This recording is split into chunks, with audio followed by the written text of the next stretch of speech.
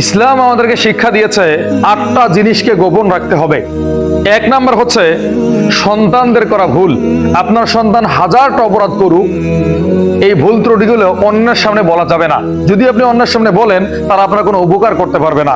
যারা এই বিষয়ে পারদর্শী, ডাক্তার, কবিরাজ, হুজুর, তাদের কাছে গিয়ে বলেন, পাইকারি সবার কাছে বলে বেড়ান না। 2 নাম্বার হচ্ছে দান করলে তা গোপনে দান করো।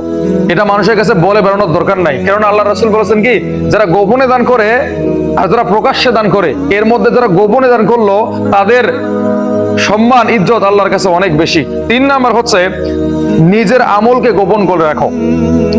নিজে যেটা আমল করো খুব গোপনে রাখার চেষ্টা করো, মানুষের কাছে বলে বেড়ানোর দরকার নাই যে আমি নামাজ পড়েছি, আমি রোজা রাখি, আমি কোরআন তেলাওয়াত করি, ইত্যাদি ইত্যাদি, এগুলো বলে বেড়ানোর দরকার নাই। 4 নাম্বার হচ্ছে নিজের পাপ, তুমি যে পাপগুলো করেছো এটা অন্যের কাছে বলা ঠিক হবে না তোমার। আল্লাহ বলেছে কোনো ব্যক্তি যদি পাপ করে আর সেটা আমি ছাড়া যদি অন্য কেউ না জানে, তাহলে আমি তাকে গোপনেই ক্ষমা করে দিব।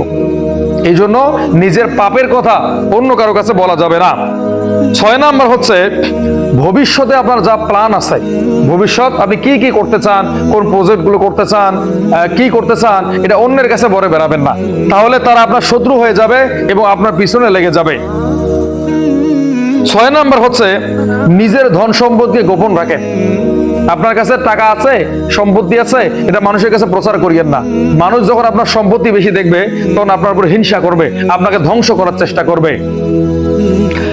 7 নাম্বার হচ্ছে পারিবারিক ঝগড়া, আপনার স্ত্রীর সঙ্গে ঝগড়া, আপনার খালার সঙ্গে আপনার ঝগড়া, আপনার মামার সঙ্গে আপনার ঝগড়া, এইগুলো কথা অন্যের কাছে বলে বেড়াবেন না, কেননা এতে আপনার কোনো উপকার হবে না, বরং তারা আপনাকে খোঁটা দিবে, আপনাকে পারলেই দূরে কথা শুনিয়ে দিবে। 8 নাম্বার হচ্ছে নিজের দুর্বলতা, নিজের দুর্বলতার কথা কাউকে বলবেন না, কেননা আপনার দুর্বল যে দিকটা আছে মানুষ কিন্তু ওখানেই আঘাত করবে। আপনি যদি তার বিরুদ্ধে চলে যান, তাহলে আপনার দুর্বল জায়গাটাই সে আঘাত করবে। এই জন্য ইসলাম আমাদেরকে বলে যে এই 8টা দুর্বলতা মানুষের কাছে প্রকাশ করা যাবে না, তাহলে কিন্তু ক্ষতিগ্রস্ত হবেন।